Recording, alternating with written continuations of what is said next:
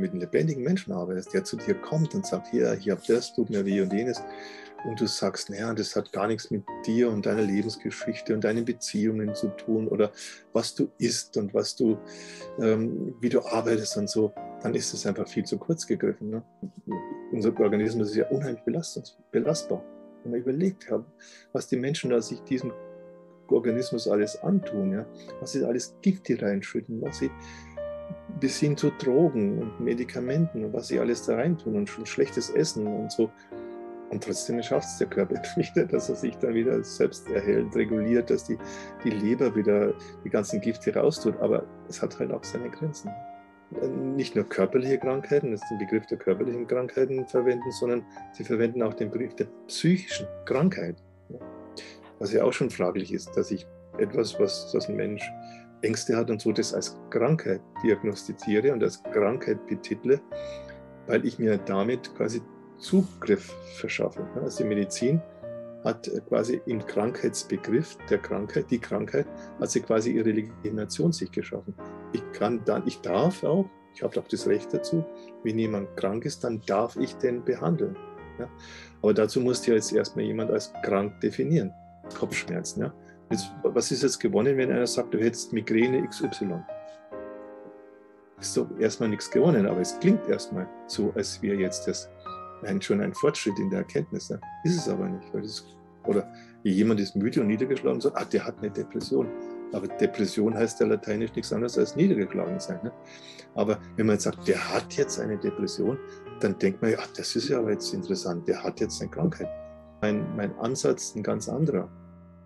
Also mein Ansatz sagt, du oder ich, wir sind der beste Experte für unser Leben, für unser Organismus, für unser Dasein. Ja. Wir wissen am besten, was bei uns los ist. Ja. Und wir können es auch am besten im Detail dann herausfinden. Zum Beispiel durch eine Selbstbegehung kann ich dann herausfinden, was steckt jetzt in meinem Leidenssymptom, was steckt da drin. Ja, deswegen ist es ein wesentlicher Kernsatz der IOPT, auch ein Heilungssatz der IOPT, wenn ich sage, ich höre auf die Sprache meines Körpers, ja, statt zu sagen, ich habe einen Körper, ja. Ich bin mein Körper, ich bin Körper, oder sogar das Nein noch weglassen, ich bin Körper. Ja, man kann es so grundsätzlich kann man sagen, dass sich in diesen ganzen körperlichen Symptomen und psychischen Symptomen drückt sich irgendwie der Widerstreit zwischen den traumatisierten Anteilen und den Überlebensstrategien aus. Ne? Die fechten miteinander, die kämpfen miteinander. Und wie wenn das Symptom der Kompromiss ist in diesem Kampf. Also nicht einerseits drückt sich das Trauma aus, der traumatisierte Anteil, aber gleichzeitig machen die Überlebensstrategien ihn stumm oder lassen ihn nicht wirklich hochkommen und sich ausdrücken. Also das ist so, deswegen tut mir mal gut dran, sich die Frage zu stellen, welcher Konflikt zwischen meiner Verletzung, meinem Trauma und meinen Überlebensstrategien drückt sich jeweils in diesem Symptom aus.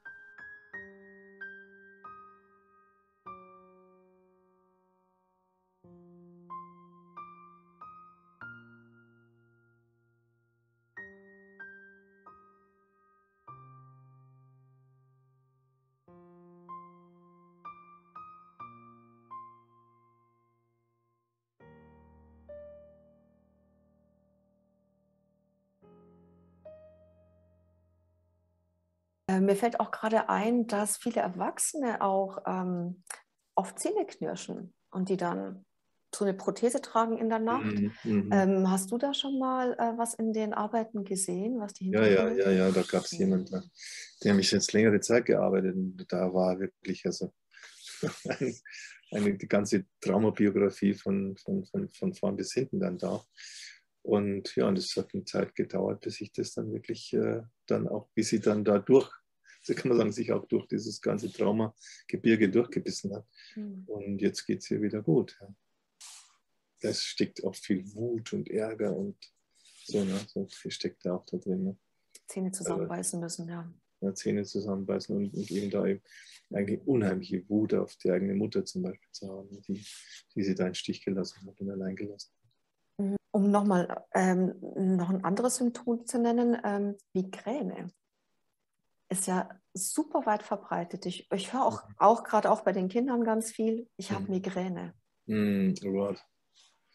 Ja, furchtbar, ja. Kann man ja auch sagen, das ist so, auch sowas, ich darf nicht wahrnehmen. Ich darf das, was ist, nicht wahrnehmen. Ich schiebe das erstens alles in den Kopf, ja, das, was im Körper ist, an Traumagefühlen, also das spalte ich ab und gehe dann in den Kopf und dann kommt es und dann explodiert mir mein Schädel fast, ja.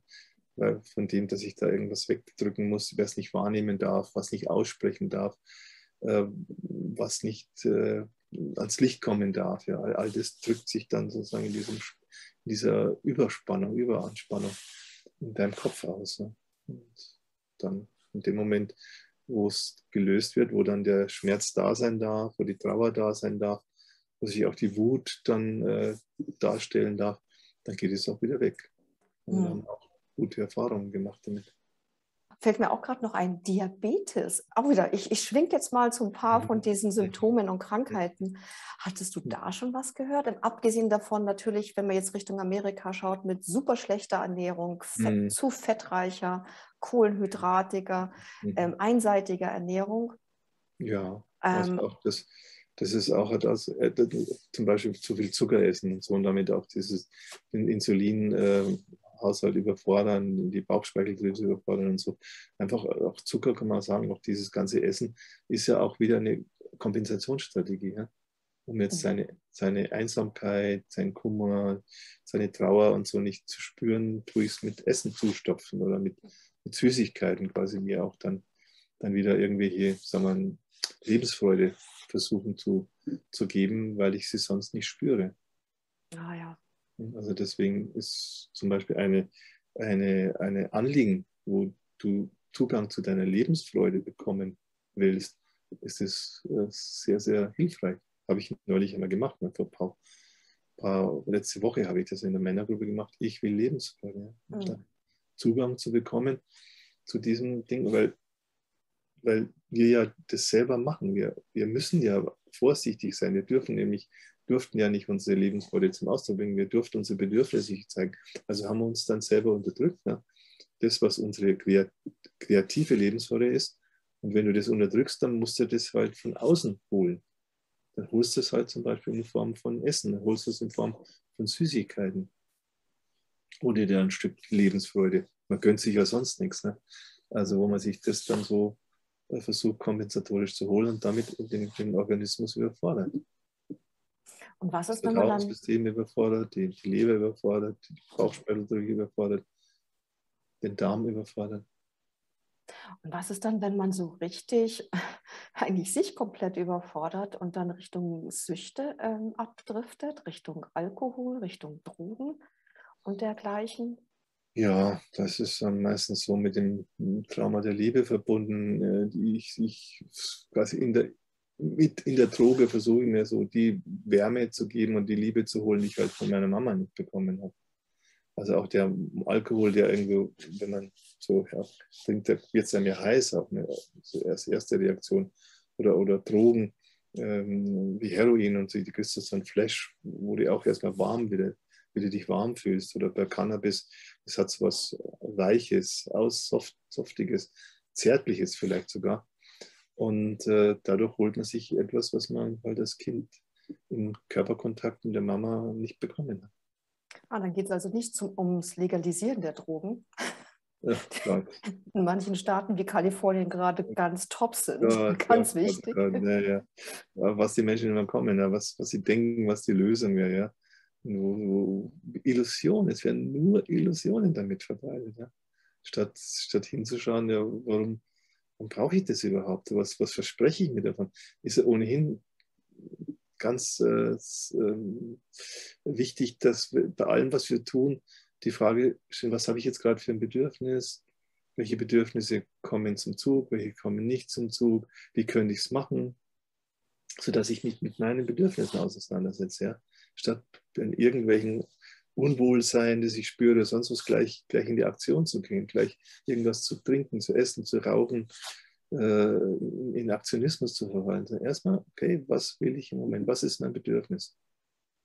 Und ich mache ja manchmal jetzt in meinen Seminaren, am Anfang oder zum Schluss und sage, also unser Kontaktbedürfnis und Bedürfnis nach Körperkontakt ist ja meistens frustriert worden oder wir kriegen da nicht genug und jetzt geht doch, wenn ihr spürt, ihr habt ein Bedürfnis nach Körperkontakt, dann geht mal zu jemand hin und fragt ihn, ob ihr jetzt eine Umarmung bekommt von ihm. Dann sind sie am Anfang so ganz unsicher und so, ja. Und dann plötzlich bricht der Bann und dann umarmt jeder jeden und so. Und man merkt, was das für eine Freude ist und wie den Menschen das gut tut, ja. Dass sie das können und zwar eben auch aussprechen trauen. Dass man auf einen Menschen zugeht, den kennst du vielleicht gar nicht vorher, aber du gehst auf den zu, guckst ihn an und sagst, ich hätte gerne eine Umarmung von dir. Oh, dann gibt er dir eine Umarmung. Ja. Meistens lehnt man das ja gar nicht ab. Das stimmt. Das stimmt. Müsste man sich wieder in die Fußgängerzone stehen und sagen, freie Umarmung. Gibt es Kostenlose Videos, Umarmung. Genau. Habe ich gesehen, machen Leute, gell? Mhm. Und dann gucken die Leute dabei und dann kommt der eine und dann kommt dann doch und holt sich die Umarmung, weil das ist so ein menschliches Urbedürfnis. Ne? Mhm. Es ist sowas von fundamental und beruhigt auch und kann und deswegen ist es eigentlich schrecklich, wenn einem das verboten wird und einem das sagt, das gehört sich nicht oder ist gefährlich oder was auch immer. Mhm. Ja, das ist ein Urbedürfnis. Ja, deswegen ist es heilsam. Ja. Das ist ja, wenn wir jetzt darüber reden, auch immer wieder über das Thema Gesundheit und Krankheit, was ist eigentlich heilsam? Mhm. Und zum Beispiel ein guter Körperkontakt ist heilsam. Ja. Ja, nur leider haben wir alle einen nicht so guten Körperkontakt erlebt. Ja. Das ist leider dann das Entweder Schwierige. keinen oder ruppigen oder keinen zärtlichen oder sogar gewaltvollen. Ja, ich habe auch, zufälligerweise bin ich heute über das Thema der Wochenkrippen in der DDR gestolpert. Mhm. Ich dachte immer nur, es gibt die Tageskrippen. Nein, es gibt auch die, also wir hatten mal kurz drüber geredet, die Wochenkrippen, aber die gibt es mit Übernachtung. Das war mir dann doch nicht bekannt. Also ich wusste, dass die Tageskrippen, jetzt weiß ich den Unterschied auch, von 6 bis 18 Uhr waren und die Wochenkrippen waren von Montag bis Samstag inklusive Übernachtung. Also quasi 6 Tage, komplette Tage, nicht bei den Eltern zu sein. Grausam. Das kann ein Kind nicht aushalten, ohne dass es sich aufspaltet. Ich habe dann auch gesehen, wie die Kinder dann auf ihrem Töpfchen saßen, wie alle an der Stange und eine Stange vorne angelehnt, sodass sie sich leicht nach vorne beugen konnten. Das ist doch schrecklich. Ah, das ist Menschenhaltung, nennt man das, oder? Tierhaltung, Menschenhaltung, Käfighaltung. Wow. Das im Namen des sozialistischen Fortschritts noch. Ja? Ja. Das ist groß gefeiert. Ja, was das körperlich mit den ganz Kleinen, ich meine, die ersten waren ja mit 6 Wochen dort, später wurde das auf 3 Monate, das Anfangsalter geschoben, aber das ging durch alle Instanzen durch. Und das wurde als Fortschritt verkauft und jetzt haben wir es auch noch. Genau, und dann hat man quasi das hier in Westdeutschland später dann auch jetzt immer mehr ausgebaut und übernommen und denkt, das wirklich wäre fortschrittlich. Weil es einer der größten Rückschritte, würde ich sagen, in der Menschheitsgeschichte, dass man Kinder so systematisch schon früh traumatisiert. Ja, ja. Wie ist das eigentlich mit, gehen wir mal Richtung Sexualität. Ich habe Libido-Probleme, ich habe Vaginismus oder was für tolle Worte es da ja wieder gibt und Bezeichnungen und Krankheitssymptome. Ja, klar, im Zusammenhang mit dem sexuellen Trauma tauchen diese Symptome immer auf. Eigentlich ist es immer irgendwie da. Oder auch die Gefühllosigkeit, ich spüre nichts, ich dissoziiere dann gleich sofort in der Sexualität. Oder eben auch jetzt in meiner Männergruppe, wo sich dann Männer dann irgendwie sagen, ja, was ist los mit meiner Sexualität und sich das mal auch näher anschauen. Das gibt es dann schon, ja. Und da kann man auch immer sehen, dass die Sexualität, das ist ja auch etwas, was sich entwickeln muss und mit deinem lebendigen Organismus zusammen entwickelt sich dann deine Sexualität in bestimmten auch Phasen und so, dass man sehen muss, also in dem Moment, wenn du dich früh abspaltest von deinem Körper, dann kann auch das mit der Sexualität nicht sein, was sich so gesund entwickelt. Ne? Deswegen habe ich ja in meinem Buch Liebe, Lust und Trauma auch darüber das so genannt, dass man eine sexuelle Identität entwickelt. Ne? Ich bin meine Sexualität und nicht ich habe eine Sexualität, die irgendwo in meinem Körper steckt und die sich dann irgendwie dann Bahn bricht oder irgendwie triebhaft dann da ist, sondern immer Ich bin mein Trieb, wenn dann überhaupt. Nein, ich bin mein Sexualtrieb, ich bin meine Sexualität. Und wenn man das macht, dann hat man ein ganz anderes Verhältnis auch zu seiner Sexualität und erlebt die nicht als etwas Abgespaltenes, ja, was einen da irgendwie, wo man dann auch sagen, oft sehen kann, das ist dann auch wieder Sexualität wie eine Überlebensstrategie zur Kompensation gelebt wird, ja, um vielleicht sein minderes Selbstwertgefühl, dass man eben sich selber nicht wirklich wertschätzt und eher klein fühlt und so, dass man meint, über eine sexuelle Erfahrung könnte man das wieder aufpeppen und aufwerten. Oder wenn sich jemand in mich verliebt, ja, dann bin ich jemand. Wenn sich keiner in mich verliebt, dann bin ich ein Häufchen Elend. Muss ich mal gucken, dass ich irgendjemand finde, der ein Auge auf mich wirft oder der mich liebt. So laufen ja viele Teenager rum, ja, weil sie überhaupt nicht so diese Ich-Stärke haben oder bei sich sind, dann immer die von außen dann die Bestätigung brauchen, durch Likes auch in den sozialen Medien, dass sie jemand sind, der was wert ist. So wird dann oft auch der eigene Körper wird dann sozusagen wie eine Ware gehandelt, ja, wo ich dann sage, okay, ich gebe dir meinen Körper, damit du mich bestätigst, damit du mir das Gefühl gibst, ich bin jemand, der was wert ist. Ja, da möchte ich auch gleich noch sagen zu allen, wenn jemand zuhört, der jünger ist, Pornografie ist nicht gut. Und zwar in keinem Alter. Das eher ist nicht nur hinderlich für die Sexualität, sondern sogar der Schuss geht nach hinten los, auf gut Deutsch. Mhm. Also man ist dann gar nicht mehr fähig zur Sexualität, weil man einfach so viele falsche Bilder im Kopf hat, ja, und diese falschen Stimuli braucht, überhaupt etwas zu fühlen, ja. Das steigert sich dann, man braucht immer mehr von diesen Stimmen, muss immer quasi so noch extremer werden oder noch intensiver werden, damit man überhaupt noch wieder eine Erregung zustande bringt. Oder dann noch schlimmer, wenn es in Richtung OPs geht, wie viele dann anfangen, aufgrund der Bilder, die sie dann sehen und so sagen, naja, meine Scheide schaut ja nicht so aus, ja, also muss ich die umoperieren. Eine der größeren OP-Anfragen, die langsam kommen von Teenagern. Zuerst war es die Brust-OP und jetzt kommt das. Kommt das noch? Oh mein. Wird nichts ausgelassen, was Unsinniges nicht. Die Menschen sind so erfinderisch, dass sie keine Überlebensstrategie auslassen, die möglich ist. Und das andere ist ja diese ganzen Beschneidungsgeschichten. Ne? Oh Gott. War so früh und das auch noch dann verklärt, als wäre das irgendwie was gesund ist und so. Ne? Also man merkt, es ist nicht einfach, durchs Leben zu kommen, ohne dass man verrückte Dinge macht, ja? Dinge mit einem gemacht werden. Ja, da auch nochmal, weil wir reden ja hier wieder von kleinen Kindern. Manchmal Babys und manchmal Kleinkindern, die dann, ich sag's jetzt mal so krass, genital verstümmelt werden. Zwar Jungen wie Mädchen. Ja, genau. Und das werden aber von Erwachsenen gemacht, die völlig verwirrt sind. Ne? Die völlig verwirrt letztendlich sind, die nicht bei sich sind, nicht in ihrem Körper sind. Und nur unter den Voraussetzungen kannst du anderen Menschen Gewalt antun. Was würdest du zu jemandem sagen, der sagt, naja, aber meine Religion sagt das oder wir haben das seit Jahrtausenden, seit Jahrhunderten machen wir das, ja. Und das eine ist zur Reinheit, zum anderen, weiß ich nicht, bei den Mädchen habe ich nie verstanden, was da wirklich die Gründe sein sollen, ja. Was würdest du sagen? Ich würde ihm sagen, was ist dein Anliegen? Was ist diesbezüglich dein Anliegen? Formulier es mal, dann schauen wir uns das gemeinsam an.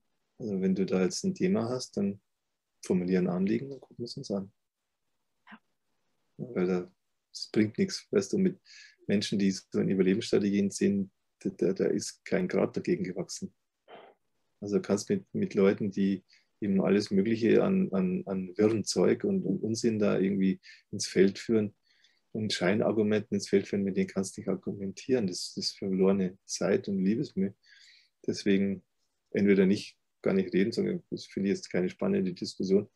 Ich finde was anderes spannend. Oder halt sagen, gut, wenn du da ein Problem hast, formulier mal ein Anliegen, dann gucken wir uns das mal gemeinsam an. Schreib es mal auf. Ich, Religion, mein Genital. Schau dir das mal an, was dabei rauskommt. Das wäre spannend. Das wäre spannend, ne?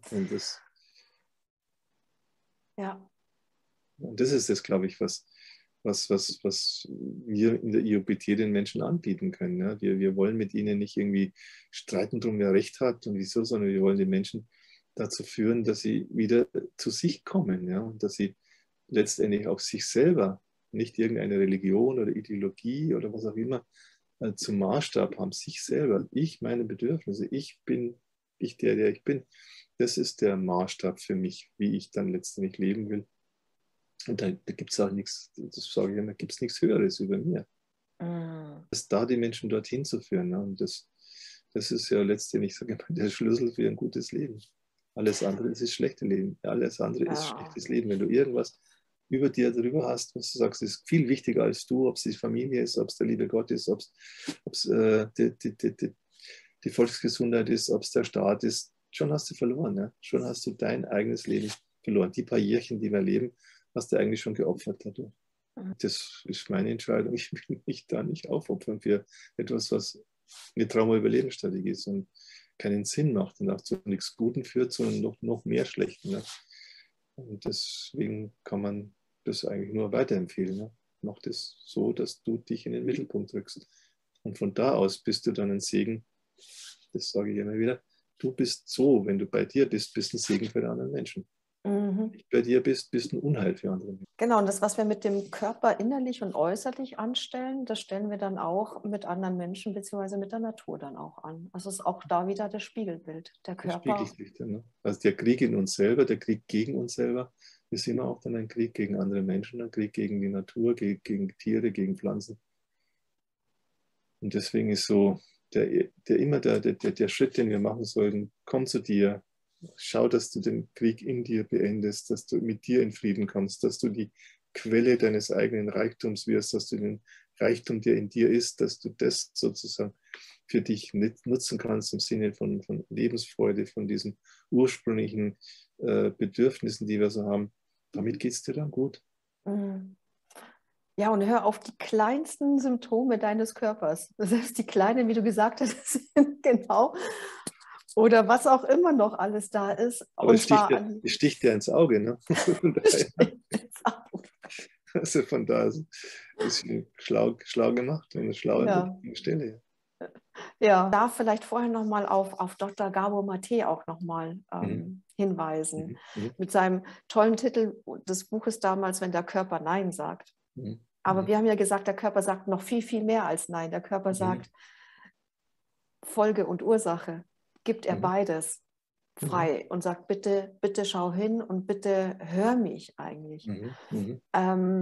Warum siehst du da auch bei ganz vielen Methoden, dass es eigentlich nicht in diese ganz tiefen Lebensgeschichten geht, sondern dass es oftmals hängen bleibt? Entweder, schwer zu sagen, vielleicht im Alter, aber so bei 3 oder 5 Jahren.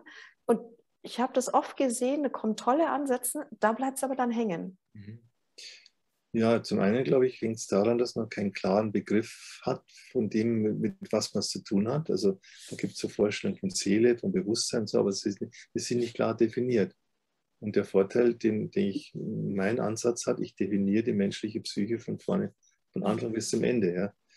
Und ich sehe von daher auch, wie diese Psyche sich von Anfang bis zum Ende entwickelt. Also wie das auch am Anfang, auch schon vorgeburtlich, da zu diesen auch Traumatisierungen kommen kann. Also da ist einfach die Klarheit der Theorie, ist ja ganz, ganz wichtig. Und da habe ich, denke ich, bei vielen, die haben dann so schon vieles, was sie auch erkannt haben, aber dass sie den ganzen vorgeburtlichen Bereich schon erfasst hätten und dass wir eben da auch schon eine psychische Entwicklung haben, dass wir aufgrund dessen, was wir da erleben, auch schon diesen psychischen Notfallmechanismus zur Spaltung haben. Das sehen halt dann doch nicht so furchtbar viele und deswegen sind sie auch begrenzt in ihren Methoden und in ihren Möglichkeiten. Ich bin da manchmal fast schon verzweifelt, weil ich mir denke, das ist doch noch, der Schritt ist ja schon da, aber warum wird er nicht gesehen? Aber ja, wie du sagst. Auch eines der Probleme ist auch, dass dann oft mit spirituellen Konzepten gearbeitet wird, wie das Bewusstsein, der Geist, ja, und der ist dann wieder so was Losgelöstes. Und dann wird auch nicht gesehen, dass Bewusstsein und Geist als nicht jetzt per se eine Qualität ist, sondern es kommt darauf an, welches Bewusstsein. Ist das Bewusstsein richtig? Ist es falsch? habe ich in meinem Geist jetzt richtige Annahmen, mache ich richtige geistige Schlüsse oder sind die falsch und so, sondern dass es eben darauf ankommt und diese geistigen Prozesse eingebunden sind in das Gesamt der psychischen Prozesse, der Wahrnehmung, des Fühlens, der Vorstellungen, der Erinnerungen. Da ist der Geist, das Bewusstsein ist ein Teil von diesen Prozessen. Ja? Also ist der eingebunden und ist nicht eine eigene Sphäre. Ja, und das merkt man bei vielen, weil ich auch mich wieder mit jemandem unterhalten, der sagt, ja, ich mache den Unterschied zwischen Körper, Psyche und Geist. Mhm. Dann ist der Geist plötzlich was Eigenes, also losgelöstes. Ja.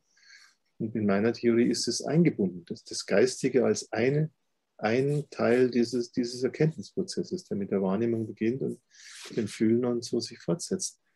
Und diese Klarheit braucht es. Also diese Klarheit braucht es, wenn du wirklich ursachenorientierte auch Therapien dann machen willst oder Methoden vorschlägst, dann brauchst du eine ganz klare Theorie. Das, kann man sagen, mangelt es oft. Das ist oft schon, manches ist dann richtig, aber es ist vieles auch zusammengewürfelt, verschiedene Dinge was sich hergeholt und aber in sich nicht stringent. Und dann braucht man auch keine bewusstseinserweiternden Drogen mehr. Das ist ein Unsinn, ja, mit Bewusstseinerweiterung. Das Bestimmungsmerkmal für das Bewusstsein ist sein Inhalt. Also welchen Inhalt hat mein Bewusstsein? Und da kannst du immer nur sagen, stimmt es oder stimmt es nicht. Und deswegen ist die Frage ja, wenn ich jetzt eine Droge nehme, komme ich der Wahrheit näher oder wie soll denn das gehen? Der Wahrheit komme ich ja nur näher durch Erkenntnis. Und dann die Auseinandersetzung, dass wir uns beide jetzt auseinandersetzen darüber. Du hast eine Ansicht, ich habe eine Ansicht. Und dann wird sich unser Bewusstsein weiterentwickeln, indem wir darüber reden und indem wir dann vielleicht irgendwas Neues herausfinden. Das ist Bewusstseinserweiterung. Neue Erkenntnisse zu finden, die stimmen. Das ist für mich Bewusstseinserweiterung. Eine Frage noch, oder nicht nur eine Frage, mehrere Fragen. Wie ist es bei körperlichen Symptomen im Alter? Dann heißt ja, naja, ich werde ja älter, das ist der Zahn der Zeit, da kann ich ja nichts tun. Es liegt ja auch in den Genen. Meine Mutter hatte das, mein Vater hatte jenes und ja.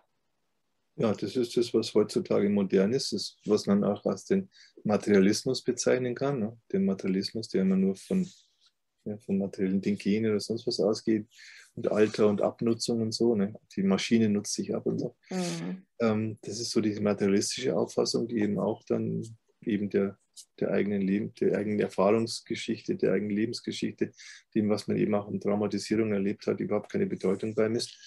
Und wir können aber sagen, dass sich indem du quasi auf deine Überlebensstrategien setzt, natürlich dir auch dann auch organische Schäden zufügst, weil durch die Spaltung, durch die Überlastung und durch die Überlastung deines Organismus dann durch das zunehmende Alter natürlich das immer schlimmer wird. Deswegen kann man auch im hohen Alter noch gucken, welchen Überlebensstrategien folge ich gerade, was haben die dann für Auswirkungen auf meine Organe, auf meinen Körper und dann eben auch dann noch ganz wunderbare Heilungserfolge erzielen. Was siehst du bei Alzheimer und Demenz? Ja, ich habe da so eine Vermutung, weil du kannst ja schlecht mit Menschen arbeiten, die dann den Übergang gemacht haben. Aber eine Vermutung habe ich, dass dann die Überlebensstrategien nicht mehr ausreichen, das Trauma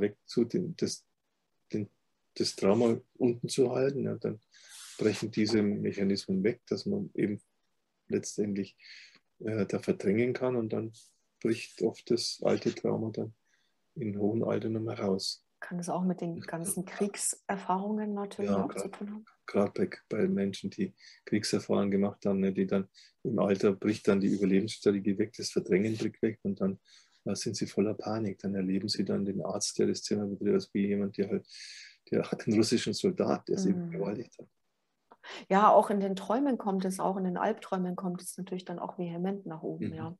Ja, übrigens, weil ich gerade Albträume sage, beschäftige ich mich ja ganz, ganz viel mit Träumen und ich sehe immer mehr, dass bei den wiederkehrenden Träumen und bei den Albträumen, auch bei den körperlichen Symptomen im Schlaf, da gehe ich mittlerweile direkt mit der IOPT ran.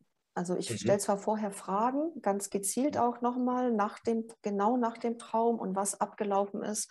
Also ich habe da ja auch mein Schema, aber mittlerweile arbeite ich dann gleich mit der IOPT, weil ich gemerkt habe, dass das immer Kindheitstraumata sind in den ersten 9 Monaten Geburt und ersten 3 Jahren. Also wirklich in diese frühe Traumazeit fällt. Also, Genau, wo das nicht gelöst ist in uns, nicht, wo diese abgespaltenen Anteile nach wie vor da sind und die können sich im Traum dann überhaupt erst, und tagsüber hören wir ja nicht auf sie, nachts melden sich dann. Ja, da muss man auch nicht ins Schlaflabor gehen oder dergleichen und gucken. Im Übrigen da kann man auch gleich mit der Anliegenmethode arbeiten, ja. Genau. Bei Krebs nochmal, wir hatten das zwar kurz angesprochen gehabt, aber ich glaube, da hattest du auch noch mehrere Erfahrungen gehabt in deiner Praxis zu dem Thema. Was hast du da für Hintergründe gesehen? Ja, dass in Krebs sich dann auch diese Täter-Opfer-Dynamik ausdrückt. Ja, dass also dann, wenn ich eine Identifikation mit dem Täter habe, in mir, der mich attackiert, dann ist es wie wenn ich sozusagen mich selbst, also das mein Immunsystem mich selbst dann auch attackieren kann und dadurch auch Autoimmunerkrankungen zum Beispiel erklärbar sind oder eben diese Heftigkeit, ja, diese heftigen Schmerzen, dieses heftige Zerstörungspotenzial, das dann durch den eigenen Körper dann zum Ausdruck kommt, dass das eben auch der Ausdruck dafür ist, ich bin von mir abgespalten, da gibt es einen Täter in mir, der mich immer noch terrorisieren kann. Und dann drückt sich über diese Krebsform, an welcher Stelle das natürlich auch immer im Körper sich manifestiert, drückt sich das dann aus. Und deswegen ist bei Krebs auf alle Fälle immer zu gucken, dass man die Täter-Opfer-Dynamik, die dahinter steckt, versteht und dann auch auflösen kann und aussteigen kann aus dieser Täter-Opfer-Dynamik. Und bei Hautthemen, also wir hatten ja Neurodermitis schon kurz angesprochen, aber es gibt ja auch noch, ich weiß nicht mehr, wie heißt die Krankheit, die auch, wenn die Hautfarbe sich verändert, wie bei Michael Jackson, der dann heller geworden ist. Ich hatte auch so eine Kollegin, bei der... Weißfleckenkrankheit, oder wie man das so nennt. Ne? Genau. Auch da habe ich neulich mit jemandem gearbeitet, ja, das ist dann auch da die Mutter, die überhaupt nicht körperlich da war, die dem Kind überhaupt kein Körperkontakt, wo es ja in der Gebärmutter kalt ist, wo man dann schon halb erfriert und dann sich quasi letztendlich das Blut dann auf die zentralen Organe reduziert, damit man irgendwie überleben kann. Also ich habe da neulich auch mal nach einer Arbeit, die ich gemacht habe, abends ins Bett gegangen, plötzlich, es war gar nicht so kalt, aber plötzlich bekomme ich einen Schüttelfrost und mich zittert und so. Dann habe ich mich unter die Bettdecke verkrochen und habe diesen Schüttelfrostanfall mal über mich ergehen lassen, auch mit dem Gedanken, so ist es dir in der Gebärmutter gegangen. So kalt war es da, ja, du bist da fast erfroren und so. Da hat es vielleicht so 5 Minuten gedauert und hinterher war es dann gut. Ja, oder auch kalte Hände, kalte Füße gehen auch oftmals genau dahin zurück, in diese frühe Zeit. Diese frühe Zeit. Ne? Und deswegen auch so der Hinweis, wenn da so also der Körper so heftig reagiert, den nicht jetzt unterbrechen, nicht irgendwelche Medikamente nehmen oder sonst was, sondern den machen lassen, wobei es natürlich günstig wäre, wenn man weiß, was sich jetzt da drin ausdrückt. Also zu welcher Ursituation gehört jetzt meine Körperreaktion? Also das ist natürlich schon, das wäre der optimale Fall. Was ich dich auch noch fragen wollte, ist zum Thema Asthma. Ich glaube, du hattest das mal gesagt, dass Neurodermitis, es geht nach außen und Asthma geht nach innen.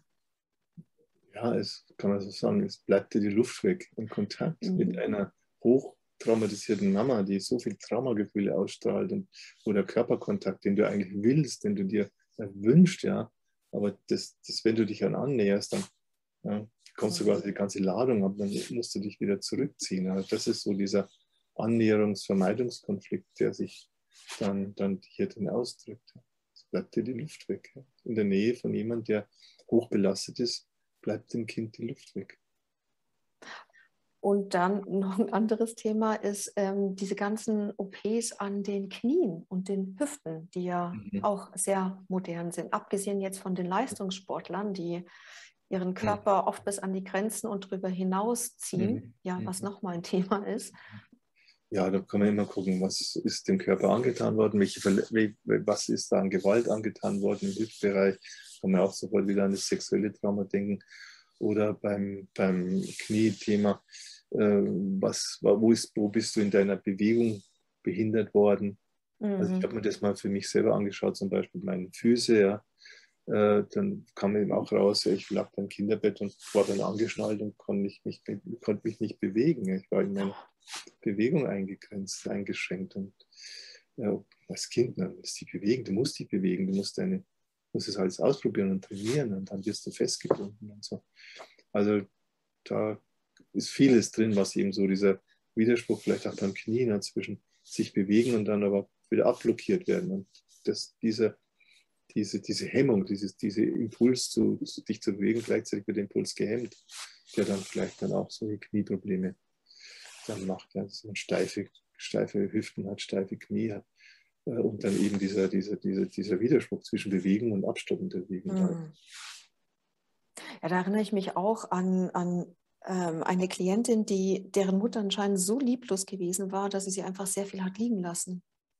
Und die war dann vollkommen erstarrt und ging nur in den Kopf und sie hat dann nur die Decke gesehen. Das war das Einzige, was möglich war. Und das hat mich auch erinnert an den Film von der Wochenkrippe. Die hatten dann auch gesagt, dass in späteren Zeiten, wo weniger Personal da waren, die Kinder fixiert worden sind in der Nacht. Damit die nicht aufstehen, raussteigen, die bisschen größeren Kinder und dann bis zu 10, 12 Stunden angeschnallt gewesen waren im Bett. Ja. Und da könnten wir jetzt zum Beispiel Studien machen, mit denen haben die jetzt vermehrt Skelettprobleme, haben die vermehrt Probleme mit ihren Gelenken oder so, ne? Weil sie sich halt nicht bewegen durften. Das ist eigentlich wichtig. Und dann eben diese Erstarrungsreaktion, also das Eingefrorensein, was dann ja auch dazu führt, dass du dann Gelenkprobleme bekommen kannst, Arthritis bekommen, Rheuma bekommen kannst. Wow. Also gibt es viel. Die Botschaft, ich finde es immer wichtig, dass wir uns da gar nicht so sehr festlegen von vornherein, sondern einfach so sagen, wir haben Erfahrungen gemacht, da gibt es den Fall und den Fall. Und wenn du selber wissen willst, ja, was bedeutet dein Rheuma für dich, was bedeutet deine Knieprobleme, deine Hilfen, mach ein Anliegen draus. Guck dir es an und schau, was es bei dir speziell ist, was da als traumatischer Konflikt sich ausdrückt. Ja, und auch, dass kein Körpersymptom zu klein ist oder auch nicht zu unlösbar erscheint. Wirklich komm mit jedem Körpersymptom, das für dich gerade in dem Moment wichtig ist. Ja. Das für mich wichtig ist. Zum Beispiel auch wieder ein Beispiel. Ich habe hier so einen Mittelfinger. Und das ist immer eingerissen. Das ist immer so eine Spaltung, hat es was da. Das habe ich mir angeguckt. Es ist wesentlich besser. Ich habe kein Problem damit, dass es wieder aufreißt und so, was ja immer schmerzhaft ist, wenn es dann aufreißt und so, weil du irgendwo hängen bleibst. Seit dieser Arbeit, die ich gemacht habe, habe ich das Problem nicht mehr. Ja, also es scheint erstmal banal, aber es war auch dahinter nicht die Spaltung, ne, also auch hier die Spaltung, die sich hier ausdrückt, war halt auch eine Spaltung, die aufgrund einer Traumaerfahrung dann da war. Ja. Also nichts ist letztendlich zufällig, ne, sondern hat alles seinen guten Grund und das ist das Wichtigste, dass wir diesen Gründen auf die Spur kommen und damit geschieht auch Heilung. Und dann können wir auch besser uns gegenseitig auch wieder umarmen und müssen keine Angst davor haben. Dann können sich zwei Körper wunderbar zusammentreffen. Genau. Also es gibt doch nichts Schöneres, als sich in seinem eigenen Körper wohlzufühlen. Oder letztendlich mit sich selber, in seiner leiblichen Existenz wohlzufühlen. Was gibt es Schöneres? Halleluja. Und dieses schöne Gefühl kannst du dann mit anderen Menschen teilen. Ne? Das ist dann der nächste Schritt. Genau. Und damit kuscheln wir uns heute Abend unter die Decke. Genau. Okay. Super. Vielen, vielen Dank, lieber Franz, wieder für das wunderschöne Gespräch und die vielen, vielen Einsichten und Punkte und neuen Perspektiven. Ja, macht Freude. Macht Freude, mich mit jemandem auszutauschen, der auch so auf der gleichen Idee ist und gleich unterwegs ist. Macht viel Freude. Danke dir auch. Danke dir, Franz.